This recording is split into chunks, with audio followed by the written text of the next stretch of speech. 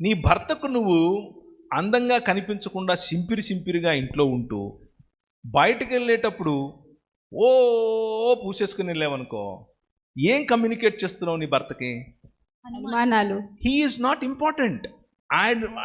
నువ్వు కాదు నాకు ప్రధానం, మిగిలిన వాళ్ళందరూ నన్ను చూడాలి, అది నా ప్రాధాన్యత అని చెప్తున్నావు. అక్కడ వైఖరిని మార్చుకోవాలి.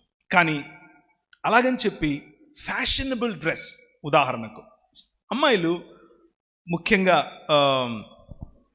దాన్ని ఏమంటారు, పరిపక్వమైనటువంటి ఆలోచన విధానంలోనికి ఇంకా రాకుండా అప్పుడప్పుడే ఎదుగుతున్నటువంటి అమ్మాయిలు, అడాలసెంట్స్,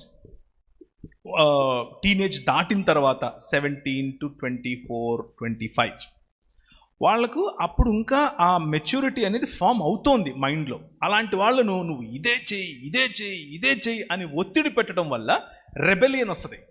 రెబెలియన్ వచ్చి నా ఇష్టం, నేను ఇదే చేస్తా అంటది ఆ అమ్మాయి. అలా వద్దు. Walk with them and show them.